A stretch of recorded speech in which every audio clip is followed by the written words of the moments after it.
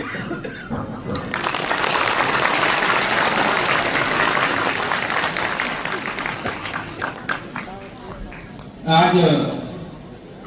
बाबूजी महाराज के इस पवित्र धाम में, अमरपुरा धाम, आज यहाँ जो विराट हिंदू सम्मेलन हो रहा है, जिनके आशीर्वाद से हम सबको भी बड़ी गौरवान्वित महसूस हो रही है। ऐसे पूज्य संत सुरेंद्र सिंह जी महाराज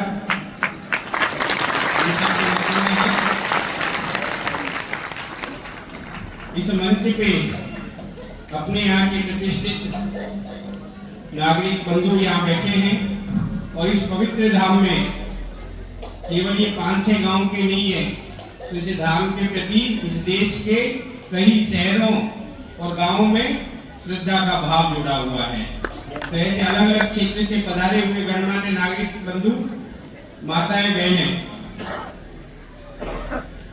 वैसे तो यहाँ पे एक प्रारंभ में कहा था कि धर्म की जय हो, अधर्म का नाश हो, प्राणियों में सद्भावना हो, विश्व का कल्याण हो। आज जो यज्ञ चल रहा है ये केवल कुछ लोगों के कल्याण के लिए नहीं चल रहा है, ये सर्वस्व पूरे विश्व के कल्याण के लिए चल रहा है। पूरे विश्व का कल्याण होगा तो हम सबका कल्याण उसमें समाहित ही है। आज का ये जो मंच का कार्यक्रम है, आप थोड़ा गौर से देखेंगे तो ये कोई एक विचार का नहीं है, कोई एक दल का भी नहीं है, ये सर्व समाज का है। ऊपर लिखा हुआ भी है विराट हिंदू सम्मेलन, हिंदू समाज का है एक पूरा कार्यक्रम। तो एक बार यहाँ पर जो चल रहे हैं, एक बार मिलके सब जयकारा लगाएंगे।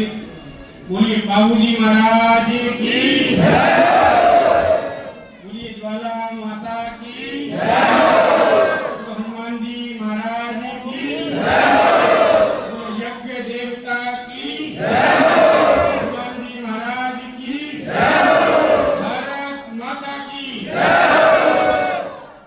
आज यहाँ पर हम सब पधारे हुए, यहाँ आज जो ये हिंदू सम्मेलन का आयोजन हो रहा है, ये जो हिंदू शब्द है, ये हिंदू समाज, आज हम जो इस भारत में रहते हैं सब हिंदू समाज के बंधु भगिनी, इसको पहले से भी अलग अलग नामों से जाना जाता है।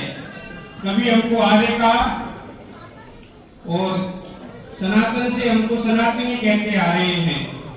सनातन मतलब जो कभी भी नष्ट नहीं होता है। आज ये हिंदू शब्द हमारी पहचान भी बन गया है, आप माने या नहीं माने, लेकिन आज हिंदू के नाम से हमारी पहचान है। बीच में एक उतार चढ़ाव आए इस देश में, ये कौन सा देश था? हम सब ने वो फिल्मी गीत भी सुना होगा, जहां डाल डाल पर सोने की चिड़िया करती है बसेरा, वह भारत देश है मेरा। ऐसी संस्कृति को लेके चलने वाला बाहर से लोग आए, उन्होंने कहा यहाँ तो जो विदेशी आए उन्होंने देखा ये तो वो देश है जहाँ पे दूध दही की नदियां बहती है, जहाँ पूरा विश्व यहाँ पे संस्कार शिक्षा लेने के लिए आता है।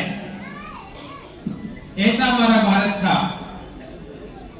बीच में एक कालखंड आया जो पूरे विश्व गुरु कहलाता था, लेकिन आज उसका जो दृश्य देख रहे हैं, तो 100 वर्ष पहले एक विचार प्रारंभ हुआ।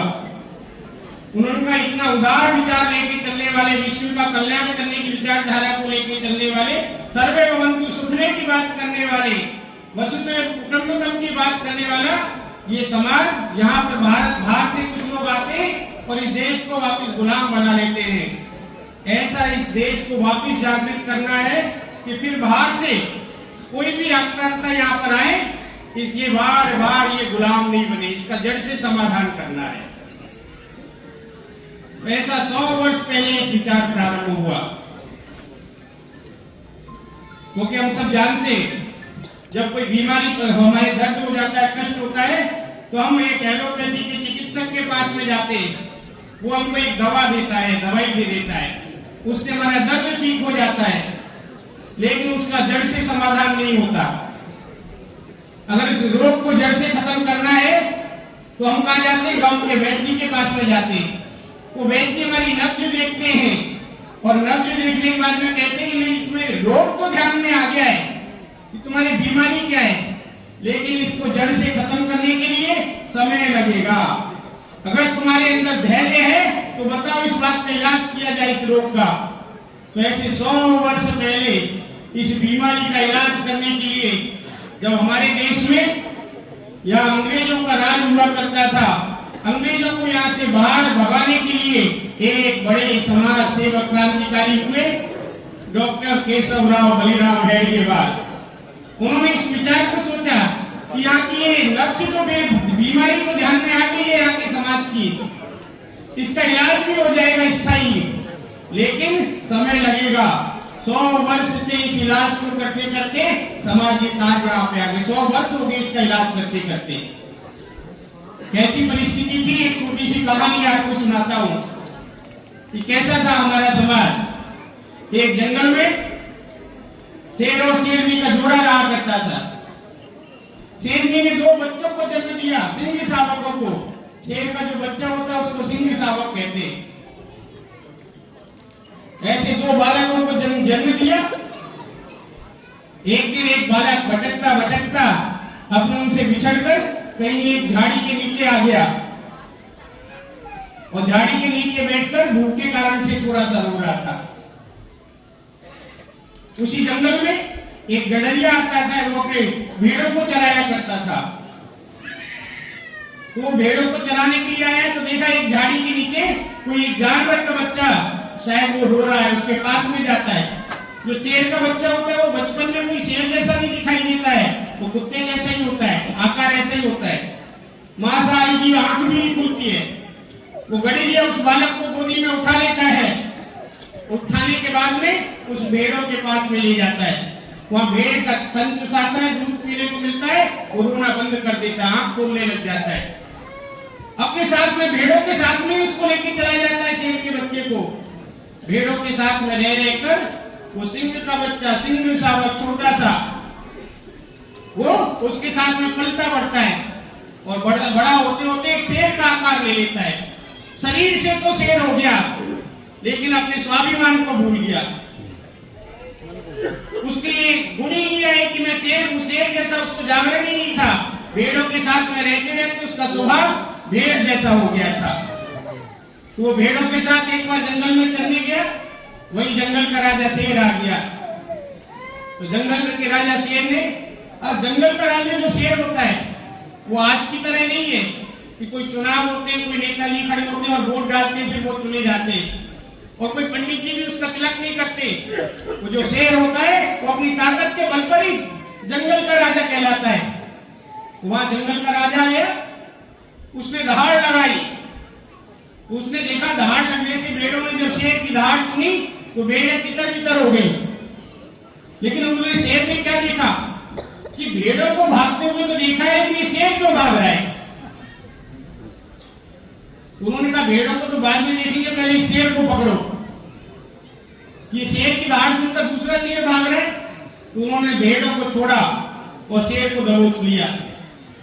जैसे ही शेर को दबोचा वो शेर में आने लग गया, छोड़ दो मेरे प्राण छोड़ दो। उनका तू क्यों भाग रहा है, तू भी शेर है मैं भी शेर हूं, हम दोनों ही शेर हैं। शेर को देखकर बकरियां भेड़े भाग रही है, तो समझ में आ रहा है। उसने कहा कि नहीं मैं तो भेड़ हूं। कोई बचपन से भेड़ों के बीच में रह रहा था, उस शेर को ये लगा मैं भेड़ी हूं। उनका तू भेड़ का देख, चल। वो शेर उसको लेके जाता है वहां पानी के पास में। हम सब जानते हैं कि पानी में अपनी परछाई दिखती है। उसने कहा देख तेरा चेहरा देख, मेरा चेहरा देख, शरीर देख, तेरे बाल देख, अब बता तू कौन है। फिर भी क्या कहता है कि मैं तो भेड़ी हूं। कोई बचपन से भेड़ों के बीच में रहा। फिर उसने वापिस याद में कि देख तेरे नाखून देख, शेर के नाखून बड़े मजबूत होते हैं। आपने इतिहास में पढ़ा होगा तो एक मुगल आक्रांता आया था अफजल खां, पढ़ाते इतना मजबूत होता है कि उससे उसका सीना काट के उसकी वो निकाल ली अंदर की। उन्होंने कहा, फिर कहा कि देख, तो फिर वापिस से दहाड़ लगा। दहाड़ लगाने की कोशिश करी तो उसके मुंह से केवल एक ही आवाज निकली थी। क्या निकलने वाली थी? मैं भेड़ की तरह निकली। फिर उसने कहा कि देख ऐसे मत सीना तान के बैठ, जो शेर होता है वो सीना तान के बैठता है। देखिए यहाँ पे भी बैठे, अपने भी सारे जो बालक होते हैं हिंदू समाज को शेर जैसे होते, सब सीना तान के बैठे, थोड़ा बैठ जाएगी सीना तान के। ऐसा शेर था, उनका सीना तान के आवाज लगा, और अगर आपकी बात तुमने आवाज नहीं निकाली तो तुझे मार के खा जाऊंगा। वो सीना तान के आवाज लगाता है, और सीना तान की जब आवाज लगाता है तो सिंह गर्जना करता है, शेर जैसी गर्जना करता है। फिर वो क्या बोलता है, अब लग तो रहा है कि मैं शेर जैसा हूं। तो शेर कहता, नालायक, तू शेर जैसा लग नहीं रहा, शेर ही है। अभी भी मुझे लग रहा है कि मैं शेर जैसा ही हूं। तो ये जो हमारा हिंदू समाज था, हमारे जीवन मूल्य संस्कारों के कारण से ये सिंह समाज, सिंह सावक ही था, शेर जैसा ही था। लेकिन बीच में एक कालखंड आया, भारत से यहाँ से मुगल आक्रांताएं आए, कुछ अंग्रेजों का काल रहा। उस काल के कारण से उनके वातावरण में रहते रहते यहाँ का हिंदू समाज वो सिंह सावक जैसा था, वो भेड़ जैसा व्यवहार करने लग गया। 100 वर्ष पहले मैंने बताया, डॉक्टर केशवराव बलिराम हेडगेवार ने कहा, ये बीमारी ध्यान में आ गई है, इसका इलाज करना पड़ेगा। इसका इलाज है संगठन। संगठन में शक्ति होती है, शक्ति से चमत्कार होता है, और चमत्कार को नमस्कार होता है। इसलिए संगठन करेंगे, सारी बातें हो जाएंगी।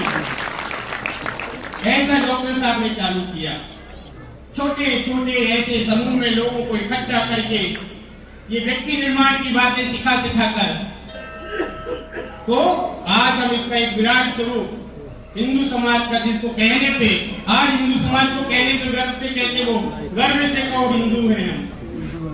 स्वामी विवेकानंद जी, उन्होंने कहा, ये नारा दिया, गर्व से कहो हम हिंदू हैं। गए थे वहां शिकागो के सम्मेलन में 1893 में, ईसाई धर्म का प्रचार करने के लिए धर्म संसद बुलाई गई।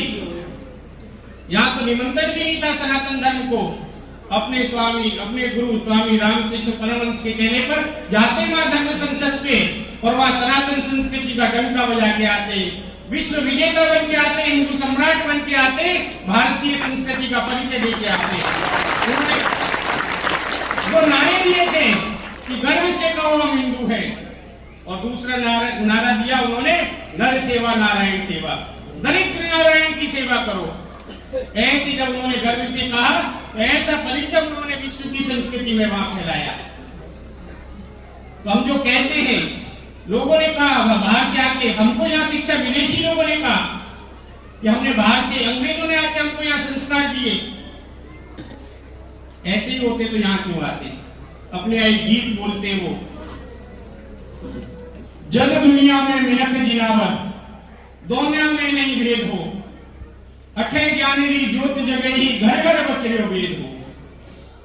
मतलब जब विश्व में आदमी और जानवर में भेद नहीं होता था, तो हमारे यहाँ पर घर घर में भेद बच रहा था। तो गीत है, जग दुनिया में मिनक जिनावर, दोनिया में नहीं भेद हो, अठे ज्ञानेरी ज्योत जगे ही घर घर बचरियो वेद हो। जग शिक्षा लीनी भारत सु, कला ज्ञान विज्ञानेरी, धर्म ध्वजा फहराई हिंदुस्तान री। ऐसी संस्कृति वाला हमारा देश। अब ये किसके कारण से था? ये हमारी सनातन संस्कृति के कारण। कैसी है हमारी सनातन संस्कृति? हिंदू संस्कृति कैसी है? माताओं बहनों से पूछिए। जगते ही, सुबह जगते ही क्या करते? चलो पक्षियों के लिए चुग्गा डालेंगे, परिंदे में पानी डालेंगे, गाय माता के लिए रोटी निकालेंगे, है ना? हमारे यहाँ गाय के लिए भी रोटी निकाल रहे, तो कुत्ते की भी चिंता कर रहे कि हम रोटी कुत्ते के लिए भी निकालो।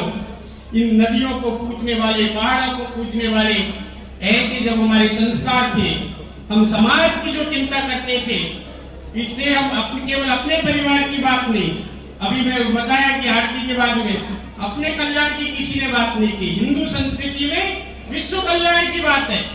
जब हम पूरे विश्व कल्याण की बात करके चलते थे, तो ये भारत विश्व गुरु हुआ करता था। लेकिन बीच में ये संस्कारों का थोड़ा सा अभाव दिख गया। शायद ये संस्कार हमने हमारे परिवारों में देना कम हो गया।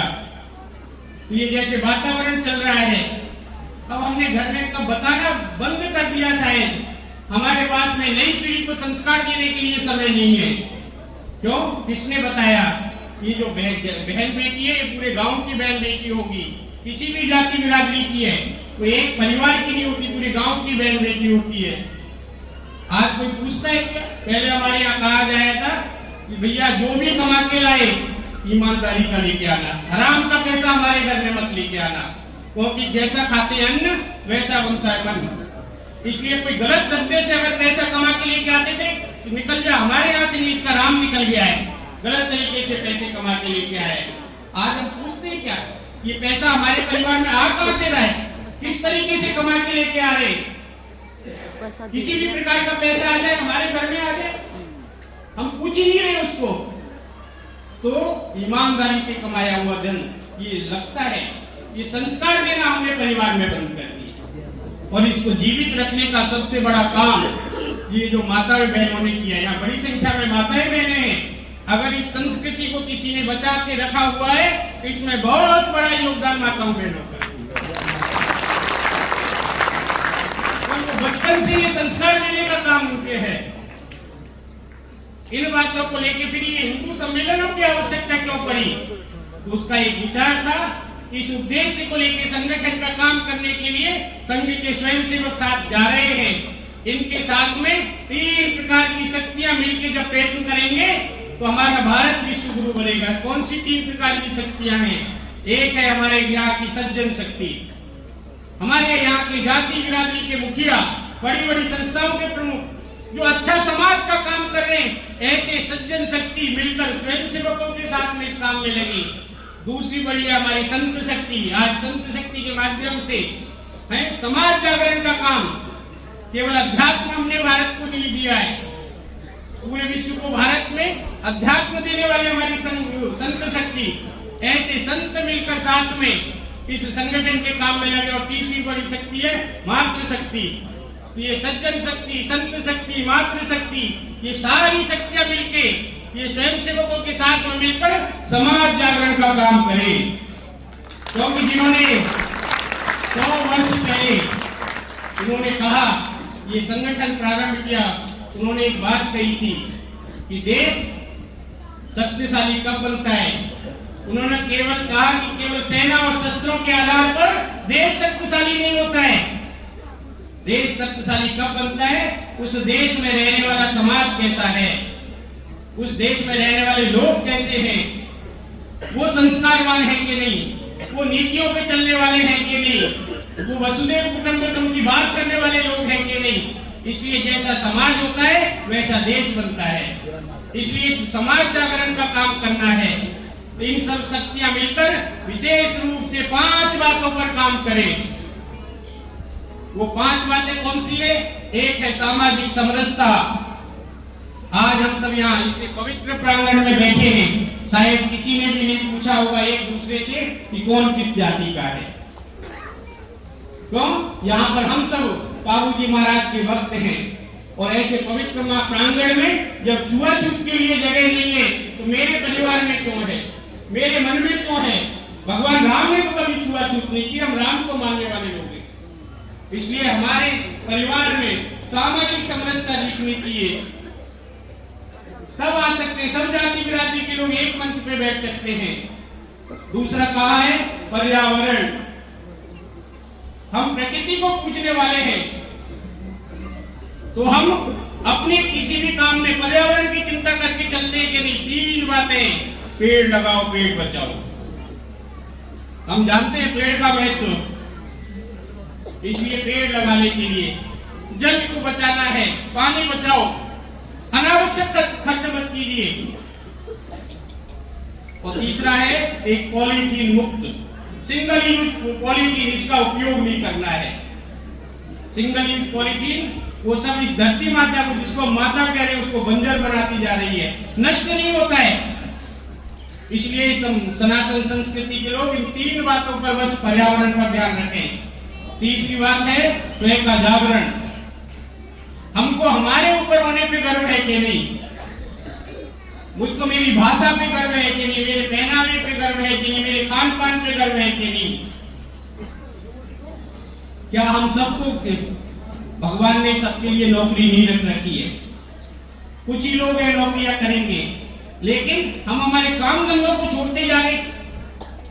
हमारे गांव में जो सारी व्यवस्थाएं होती थी वो हटती जा रही है, सबका जा रहे नौकरी के लिए भाग रहे। वो 10,000 की नौकरी करना पसंद है, लेकिन परंपरागत रूप से जो कटिंग का काम कर रहा था, केस काटने का, रोज 1,000 रुपए कमा के ला सकता है, वो काम को छोड़ते हुए जा रहे हैं। तो ये जो श्रम के पीछे ये अभाव दिखता है, इसलिए ये हमारे काम धंधे वापस का ये जीवित होने चाहिए, स्वावलंबी होना चाहिए हमारा गांव, केवल नौकरी के आधार में नहीं भागना है।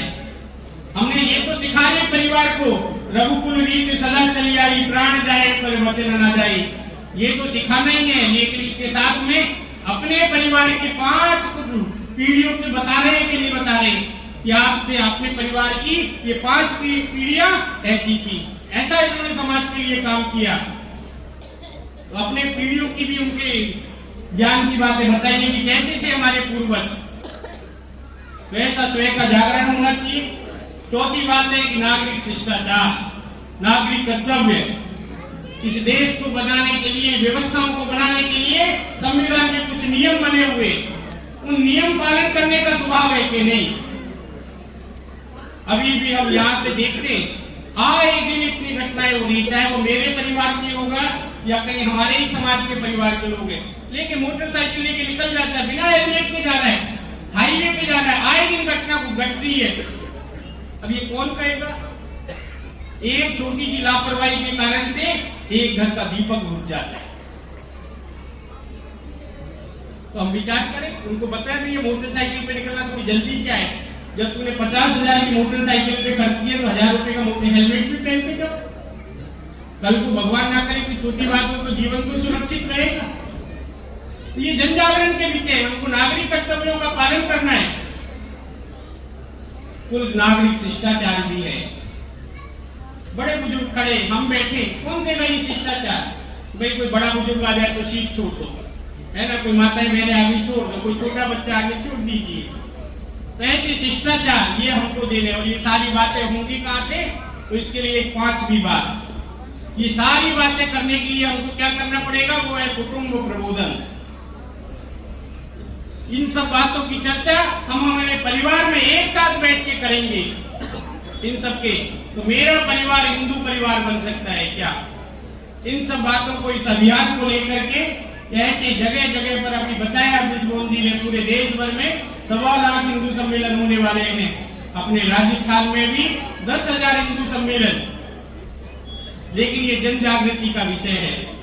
लेकिन और ये बदलाव कब आएगा? तो थोड़ा सा आप और 2-4 मिनट की बात है, ये कैसे आने वाला है। आज इतने बड़े बड़े सनातन के यहाँ सम्मेलन हो रहे, बहुत बड़ी संख्या में जा रहे हैं, लेकिन थोड़ा सा आप नाराज मत होइएगा।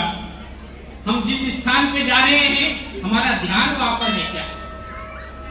हम शारीरिक रूप से उपस्थित है या मानसिक रूप से भी वहां पर उपस्थित है? और हम कहते हैं कि हमको परिणाम नहीं आ रहा है। मैं तो कई घरों में, अपने घरों में ही देखता था, हमारी माँ जब पूजा करती रहती थी तो उसको रसोई भी ध्यान देती थी। अरे वो गैस बंद कर देते, जब पूजा कर रहे तो पूजा पे ध्यान रखिए। अब जब यहाँ पर इस ऐसे पवित्र स्थान पे आए, अभी भी हमको क्या चिंता लग रही होगी? चलिए यहाँ पे जाने से ही केवल वो होगा। लेकिन ध्यान भी यही चाहिए, इन्हीं बातों पे ही चाहिए। प्रबोधन बहुत हो रहे हैं। एक छोटी सी कहानी सुनकर ये समाज परिवर्तन कब होगा? तो एक छोटी सी कहानी में ये बात करके अपनी बात पूरी करूंगा। एक राजा के दरबार में एक मूर्तिकार आया था, 3 मूर्तियों को लेके आया। तीनों एक जैसी बैठी थी, जैसे हम सब यहाँ पर बैठे एक जैसी बने हुए, शक्लें थोड़ी सबकी मिलती जुलती है, एक ही हाड़ मांस के बने हुए हैं। तो वो मूर्तिकार भी उन 3 मूर्तियों को लेके आया। एक जैसी देख रही थी, एक जैसी धातु की लग रही थी। राजा से उनका कि महाराज पहचान हुई तीनों? उनका कि 3 मूर्ति को लाए हो? उनका महाराज ये तीनों देखने में एक जैसी है, लेकिन तीनों का मूल्य अलग अलग है। एक 100 रुपए की, एक 500 रुपए की, 1,000 रुपए की मूर्ति है। आप पहचानो इसमें से। तो राजा के मंत्री ने कहा कि महाराज मैं बताता हूँ कौन सी कितने मूल्य की है। पहली मूर्ति के पास में गया, एक पतला सा तार लेके उसके कान में डाला, तो वो एक तार एक कान से निकल के दूसरे कान से निकल गया। दूसरी मूर्ति के पास में गया, वहां पर उसने एक तार एक कान से डाला, इस बार कान से ना निकल के मुंह से निकल गया।